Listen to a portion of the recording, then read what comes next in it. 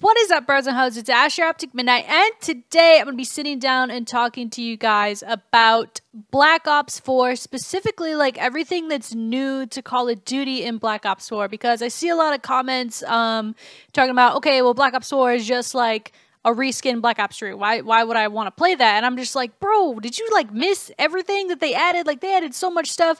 Yes, the game to me does look a lot similar. Like, the look of them, you got the same kind of familiar faces with specialists. But I think the gameplay of Black Ops 4 is a lot different, so I'm going to be going over some of that. Some of it I do like, some of it I don't like. All I know is stuff that we've seen from the trailers. You guys saw my trailer reaction video. I've talked to friends that have played it, and yeah, I want to like weigh in and kind of just like share my opinions, I guess, on what's new, because it's really exciting. I think that Call of Duty had to do something different personally. The same formula that they were doing every year, like release the game, and then there's some new stuff, but not really. And it just, each game has to really feel unique in my opinion, and it looks like Black Ops 4 is unique. I don't know, maybe I just like blindly trust Treyarch. I wanted to like basically upload this video to let you guys know what I think, and I mostly just wanted to start a conversation to see what you guys think down in the comment section below. Let's see what's new in Black Ops 4. I'm going to be showing some gameplay. Obviously, the gameplay is not mine. It's from my friend Ryan, aka Prestigious Key. You all know him. He's the homie. Go check out his channel. It's down in the description. If you're not subbed to him, what are you doing? The number one thing that we need to talk about right away for this Call of Duty is the health and healing mechanics. This has never been done for Call of Duty before. Usually in COD, you get weak, you get the jelly all over your screen, and then you have to kind of maybe like maneuver or find a safe place for you to wait those 5 to 7 seconds or an eternity, as it feels like in World War II, to kind of heal back up, and it happens automatically. Now, there's a dedicated button to do it, and I'm a little confused because it seems like every gameplay that I saw out of the reveal event was somebody using the stim pack that like you stab yourself and you heal almost instantly. But when I read this little blog Reddit tip of post from Treyarch, it says this takes 8 seconds and then you can heal again.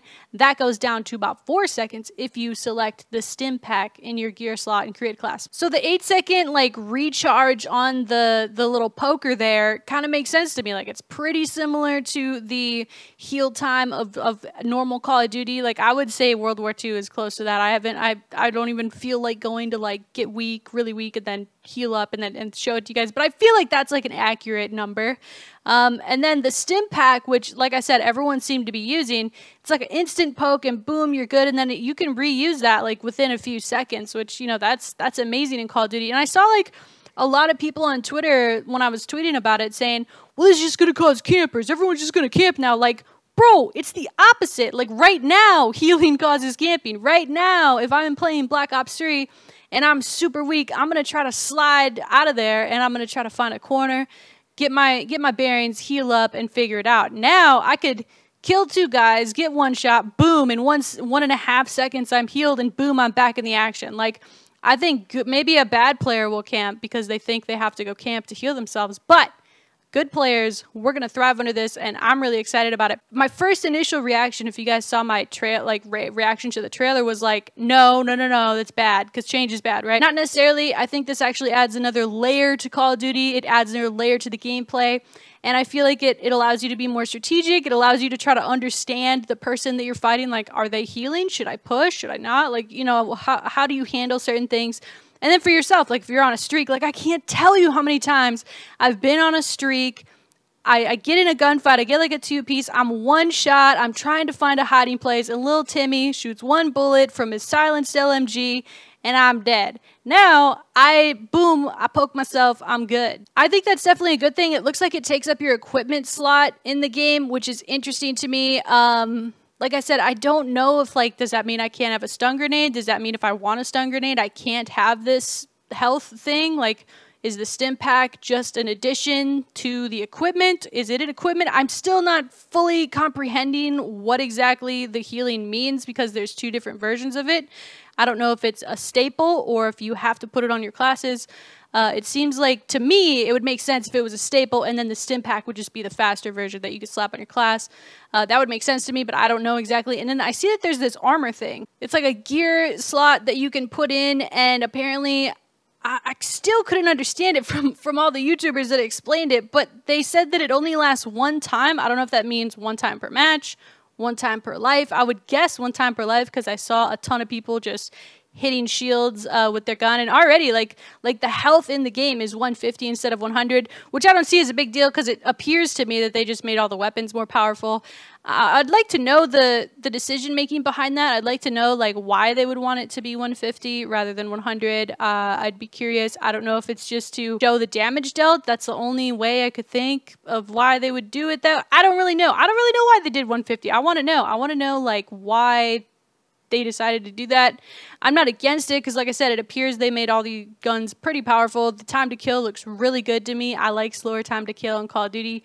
Sorry, Infinity Ward. I don't like the melting thing. I don't like the melt from Ghost or IW. I like the gunfights like from Black Ops 2 and Black Ops 3. I think they're perfect. I guess I'm for it. I don't really have anything against the armor as long as you can only use it like once per life, I guess. Like the first like spawned up kill is you having armor.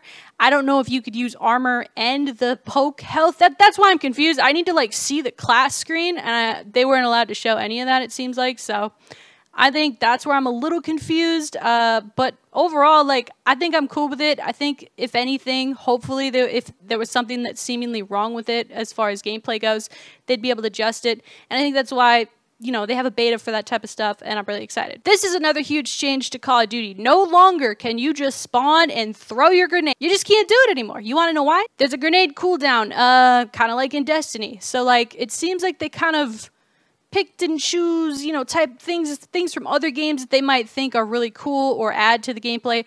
I don't know if grenade cooldowns were invented by Destiny or not. I'd highly doubt it, but grenade cooldown is in this Call of Duty, and that's something underrated that nobody's talking about. Specifically, if you're a part of the competitive community, I think that's incredible. No longer, when you're playing Hardpoint, are you just going to spawn in, toss a nade, toss a stun, and boom, you're on your way. Like, that part of the game I don't like it. I don't like grenade spam. I don't like having to wear flak jacket in, like, every game mode that's not free-for-all or TDM. Like, I think that less grenade spam is good. More gun-on-gun play is good.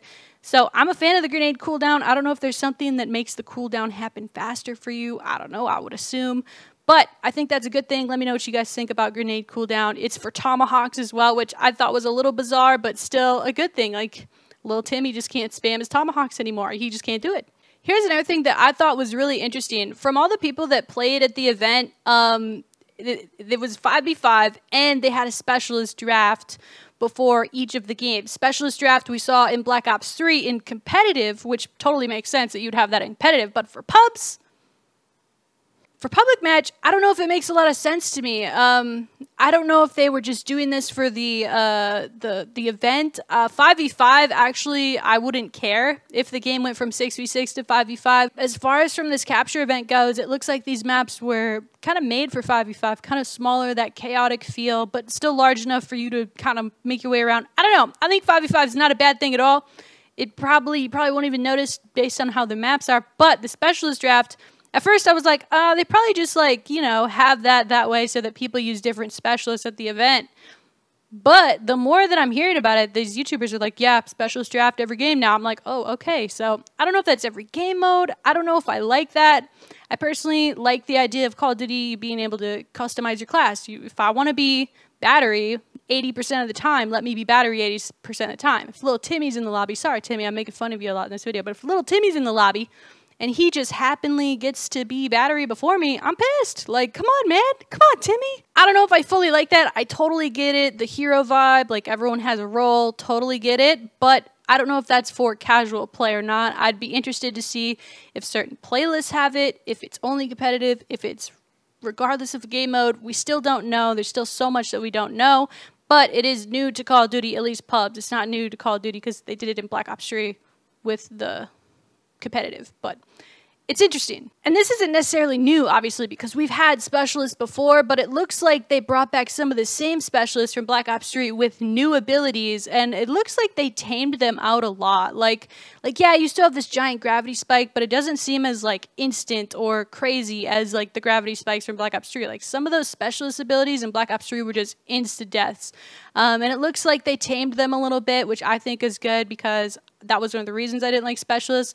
Little Timmy could just slap his gravity spikes and I'm off my streak because he sat in a corner long enough, right? Like, you just automatically get them. I don't like that. So, I don't know. I'm going to have to see how it works out. I don't know. I can't say if all this stuff is good or bad or not because I haven't played yet. And even then, even if I had played, I think it's just way too early to tell. Every time you go to these events, like, I've been to a lot of them. And yes, before I get comments, I was invited to the event. I just fucking hate travel. Y'all know my story about that. I won't even get into it. But, like, I think that when you play at those events, the game is always fun because it's so new, right? I really personally can't know if it's good or not until I play it, like, a solid amount of time. Like, I want, like, 12 hours a game, no, 24 hours of game time before I can be like, yeah, this is a good thing, yeah, it's a bad thing. So keep that in mind. And to round out the little topic here, BR mode is officially coming to Call of Duty Black Ops 4.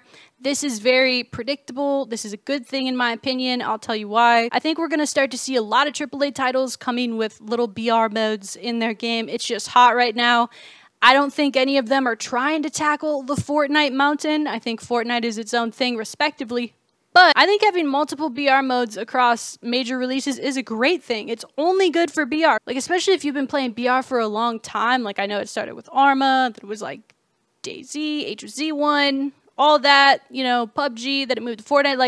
Like all competition does is breed ingenuity and positive vibes and positive things for the consumer, the person that wants to play it. So I'm all for more BRs on the market. I'm not saying Call of Duty will have a beast BR. It's going to kill Fortnite. Like, I don't really think that. I don't think an extra little pop-up mode is, you know, a Fortnite killer. I don't think that Fortnite can be dethroned in its current state, and it looks like they're just keep kicking ass. But for what this is, this looks like a Call of Duty fan's, like, greatest dream for a BR mode. Collage of the maps. It's like a collage of the guns, your favorite characters of all time from the Treyarch or Black Ops universe.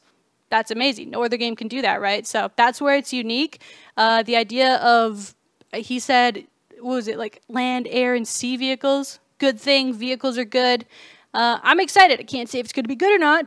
Don't know until you play it, but I'm interested for sure. And this is one more thing that is unique to Call of Duty. It's appearing like this is going to be the first year that we are going to have free DLC. Now, I don't know what that means. It hasn't been officially announced. It's kind of almost presumed at this point because at the end of all the trailers, you don't hear like, pre-order now, get free Nuketown, or pre-order now and you get fucking whatever, you know? Like, it sounds like, or it seems like, at least from these little leaks and these little hints that we're getting, that the season pass isn't even being promoted. It might only be for zombies, which would totally make sense. Like, I could totally see a zombie season pass for the people that really love zombies. I'm sure zombies cost a shit ton to make. But as far as like content, like this is where Call of Duty's been lacking. And World War II has done a decent job, especially within the last 1 or 2 months of like keeping these community events going, keeping these weapons, kind of like making you earn them. Love that. But as far as like maps go, I think they need to be free. And I think it would be really amazing if like every whatever month or however long they want to make it, a new map comes out, or maybe a limited time map, and then it gets thrown into the rotation. I don't know how they could do it, but they need to release content more often, and it needs to be free and sustainable to get people playing, right? Like, they need to make it so people have a reason to play. Like, right now in certain CODs, like, you just get on and you're just grinding level. Like, we need more. We need more stuff. We need more playlists. New maps coming in would be huge, and it would be new to Call of Duty. I don't think they've ever done that before, so I'd be excited for that. Anyway, I'm rambling. I've been going on a long time here. I hope you guys enjoyed the video, just kind of my thoughts on things. As far as like a wrap-up of what I think is good or not good, it's hard to say. I do think my biggest takeaway, though, is that Call of Duty need to do something like this. It is an erratic change. This like hero-style, weird healing type of, oh, I can't spam my grenades. That's not Call of Duty. I didn't sign up for that. Like, guys, I've been playing Call of Duty for almost 10 years, okay? It can't do the same, like, it can't do the, okay, release the game, and then you get Nuketown for free, and then, oh, 3 months in, drop DLC, pay $20, buy our season pass. Like, it can't keep doing that cycle anymore. It's not succeeding for them. I just can't see it working anymore. They got to do something different. I think this additional stuff for the gameplay is a good thing. I think making people think while they play and adding a layer of strategy, at least a thin layer, is good. I think Call of Duty needed a change, and I don't know for sure if this is the right direction, but it's thumbs up from me. I'm glad I saw something different. Yes, it looks like Black Ops 3, but boots on the ground. But there's a lot of stuff kind of on top of that, little things that make it a lot different. So I'm excited to see what those differences do for us. I'm excited if there's free DLC. Let me know what you guys think down in the comment section below. Leave a like on the video. I'm gonna start uploading a lot more, especially Call of Duty content. So let me know if you're down for that. Subscribe, comment, Twitter Optic Midnight, Instagram Optic Midnight _. See you guys around.